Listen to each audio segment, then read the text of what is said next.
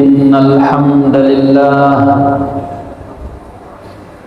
له الملك وله الحمد وإليه ترجع الأمور.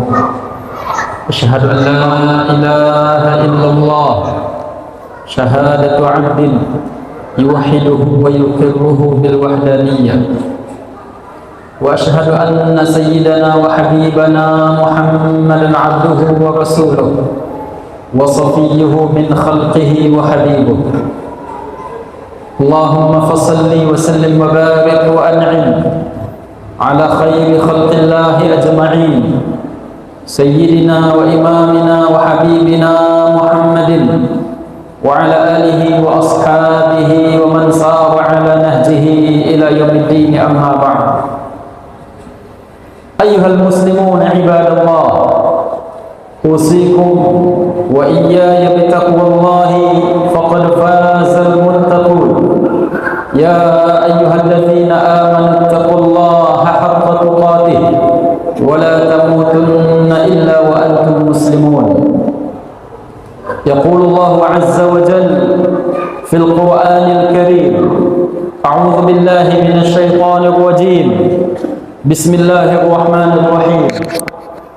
ولا تحسبن الله غافلا عما يعمل الظالمون إنما يؤخرهم ليوم تشخص فيه الأبصار. صدق الله العظيم. Masyarul muslimin, para tamu Allah, saudara-saudaraku seiman sedang jemaah Jumat rahimakumullah. Kembali kita bersyukur kepada Allah yang Maha Kuasa, yang telah menciptakan kita, yang telah melimpahkan kesehatan, kekuatan dan hidayah iman kepada kita. Kita berkumpul di rumah Allah penuh dengan rasa keteduhan, ketentraman. Inilah wujud hasil dari perjuangan panjang yang telah dirintis oleh Rasulullah SAW.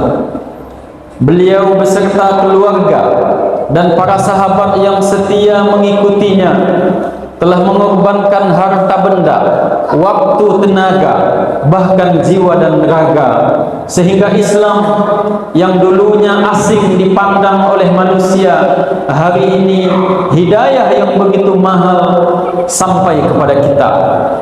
Kita berselawat kepada beliau sallallahu alaihi wasallam, nabi akhir zaman yang telah berjuang dengan segala bentuk keikhlasan dan pengorbanannya, sehingga dengan perjuangan baginda kezaliman berubah menjadi keadilan yang penuh dengan kasih sayang, kebiadaban dan kejahilan berubah menjadi cahaya tauhid yang penuh dengan keimanan.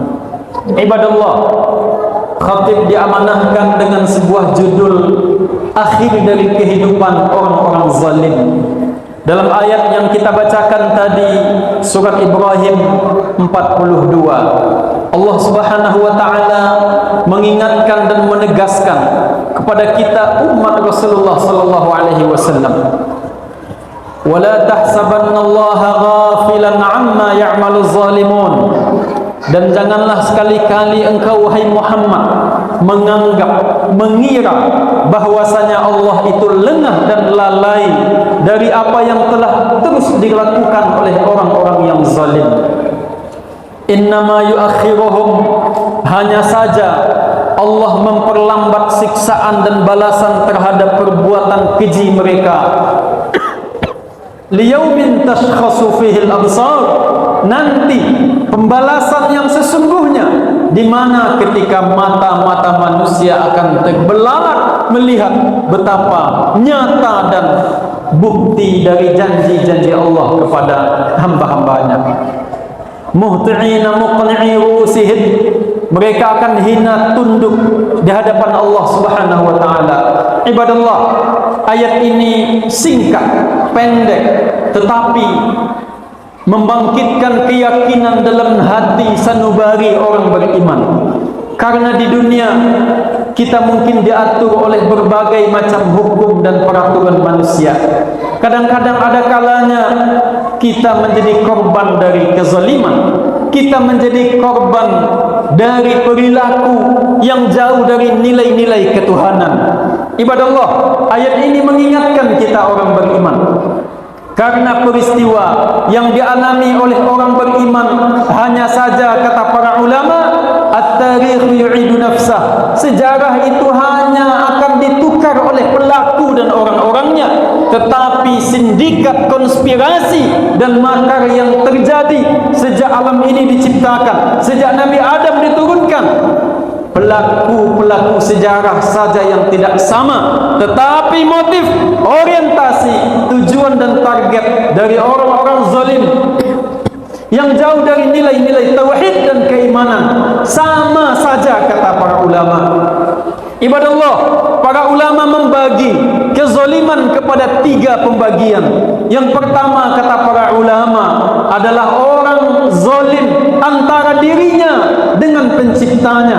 Inilah yang disebut oleh Allah dalam Al-Quran surat Luqman, inna syirka la zulmun azim.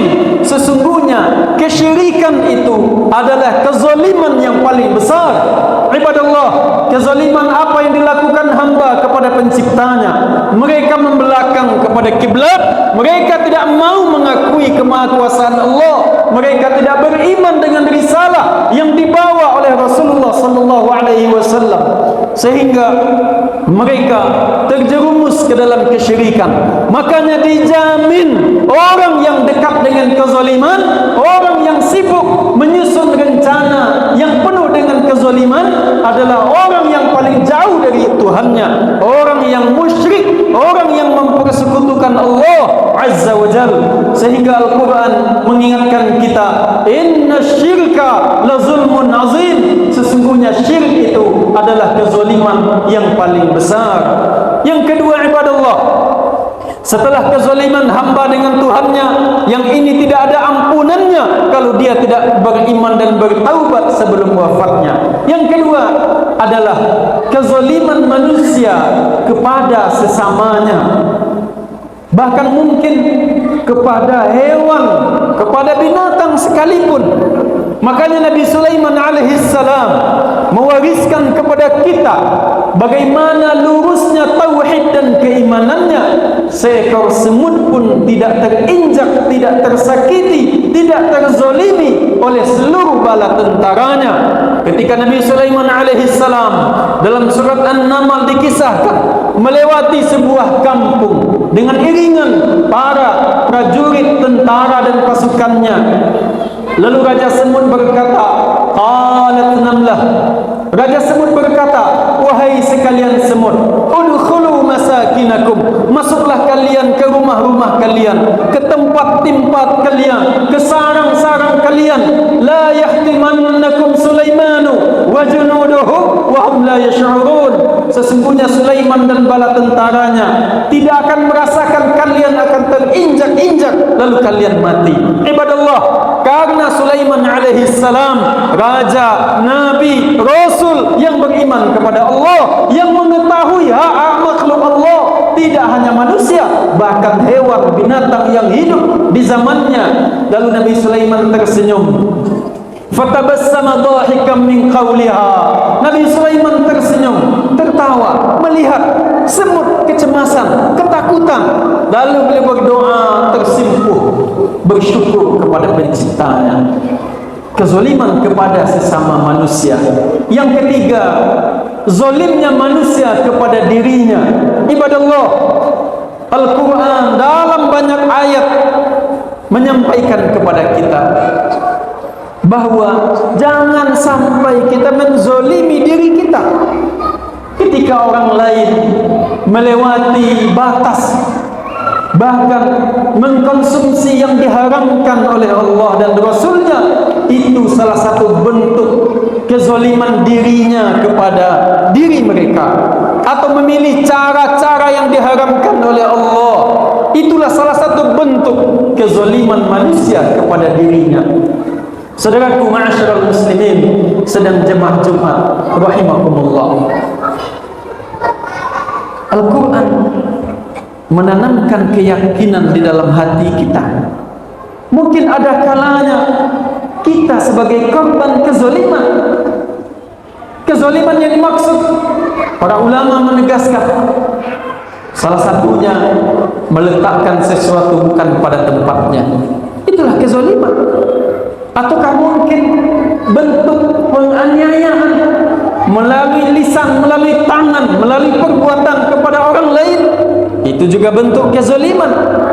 Sehingga Rasulullah sallallahu alaihi wasallam dalam hadis sahih Bukhari, Abi Musa al-Ash'ari radhiyallahu anhu meriwayatkan, Innallaha la yumli lil-zalim, sesungguhnya Allah sengaja memperlambat balasan kepada orang-orang yang zalim, hatta idza akhadahu lam yuflit, sampai-sampai ketika telah tiba masanya hukuman Allah kepadanya, menyingkap dan membuka tabir konspirasi dan kezaliman yang telah mereka bungkus dengan rapi selama ini, lalu Allah akan menghabisi dengan siksaannya. Ibadah Allah, dalam banyak ayat Al-Quran telah diwariskan kepada kita mungkin kisah-kisah itu ribuan tahun sebelum kita. Nabi Musa alaihissalam terlahir di zaman seorang raja yang zalim, sehingga Fir'aun memerintahkan kepada seluruh rakyat Mesir di bawah kekuasaannya, apabila ada bayi laki-laki yang lahir, maka wajib dibunuh, dikubur, dibantai, disembelih. Itulah bentuk kezaliman Fir'aun. Dengan segala konspirasi, rekayasa, kekuatan Fir'aun, penguasa tunggal di Mesir, sampai-sampai mengaku menjadi Tuhan. Ibadah Allah, tapi Fir'aun lupa bahwa di balik rencana dan rekayasanya, wa makaru wa makarallah wallahu khairul makirin, manusia membuat tipu daya, membuat makar, dan Allah juga menyusun makar dan rencana. Wallahu khairul makirin, tidak ada yang menyusun makar lebih baik dibandingkan makarnya Allah Azza wa Jalla.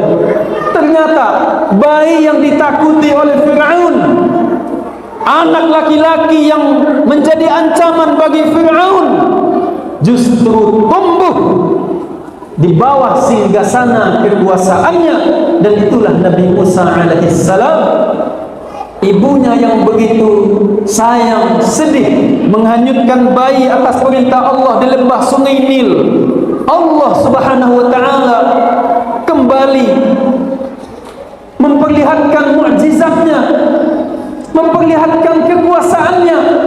Bayi yang dihanyutkan itu kembali ke pangkuan susuan ibunya. Bukankah ini kemahakuasaan Allah? Ibadah Allah, Fir'aun tenggelam di Laut Merah karena zalim kepada penciptanya, tidak mau beriman kepada Allah, zalim kepada rakyat dan manusia yang hidup di zamannya. Lebih 50.000 Bani Israel diperbudak oleh Fir'aun, membangun piramida yang jumlah batu-batanya jutaan, yang masing-masing satu batanya lebih 2 ton. Itu hanya untuk tempat memumikan, kuburan mengawetkan jasad para raja. Ibadah Allah, Fir'aun zalim kepada penciptanya, Fir'aun zalim kepada sesama manusia, dan Fir'aun juga zalim kepada dirinya. Didatangkan Rasul, didakwahi kepada iman, didakwahi kepada Islam, tapi Fir'aun tetap bersekukuh dengan kezalimannya, sampai pada akhirnya Allah Azza wa Jalla menenggelamkan di dasar Laut Merah. Al-yawma nunajjika bi badanika, hari ini wahai Fir'aun, kami selamatkan badanmu, jasadmu, sehingga jasadnya untung sampai hari ini, litakuna liman khalfaka ayah, supaya menjadi tanda-tanda kebesaran kami, kata Allah, untuk orang yang hidup setelah kamu. Tapi sayangnya ibadah Allah, kezaliman Fir'aun yang mati tenggelam di Laut Merah, masih saja ada sekelompok manusia yang tidak mau mengambil pelajarannya. Raja Namrud yang telah menzalimi dirinya, menzalimi rakyatnya, zalim kepada Tuhannya, tidak beriman kepada Allah, memerintahkan rakyat Babilonia selama sebulan mengumpulkan kayu bakar untuk membakar Nabi Ibrahim alaihissalam. Allah kirim seekor lalat masuk ke dalam lubang hidungnya, tersiksa sampai tewas mati dalam keadaan terzalimi. Ibadah Allah, banyak lagi sejarah-sejarah, bahkan mungkin sampai pada zaman kita, betapa hebatnya mungkin manusia membungkus apa yang telah mereka lakukan, yang mungkin kelakuan yang sama mereka perbuat berkali-kali terhadap Allah, terhadap sesama manusia. Ketika tiba masanya Allah meningkap, tidak akan mampu siapapun akan membelanya. Itu di dunia, apalagi nanti orang yang zalim tidak bertaubat kepada Allah, tidak hijrah kepada keimanan. Apakah bentuk mahkamahnya kelak di hadapan Allah? Saudaraku, Rasulullah sallallahu alaihi wasallam bersabda, "Ittaquz zulma fa inna zulma zulumatun yaumal qiyamah." Takutlah kalian kepada kezaliman, karena kezaliman itu adalah kegelapan di hari kiamat. Hari ini kita sebagai ayah, sudahkah kita menjadi orang tua yang baik, tidak menzalimi hak-hak anak kita?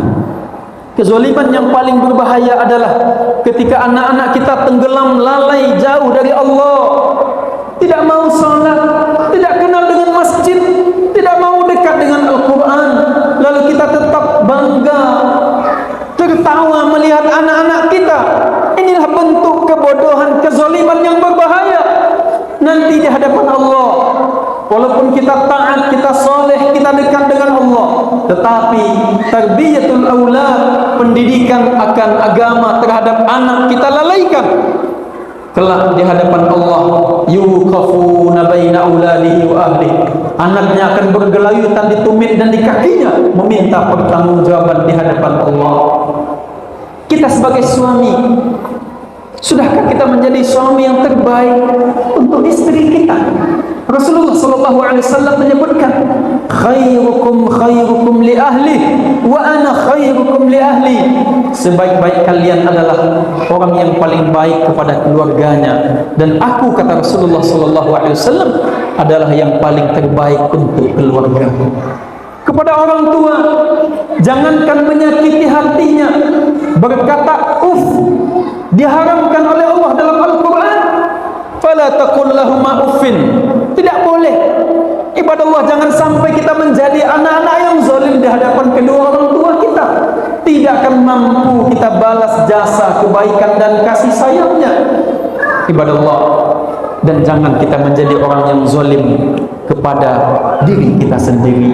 Sudahkah cukup bekal kita untuk bertemu dengan Allah? Sudahkah cukup amal kita untuk kelak diminta pertanggungjawaban di hadapan Allah?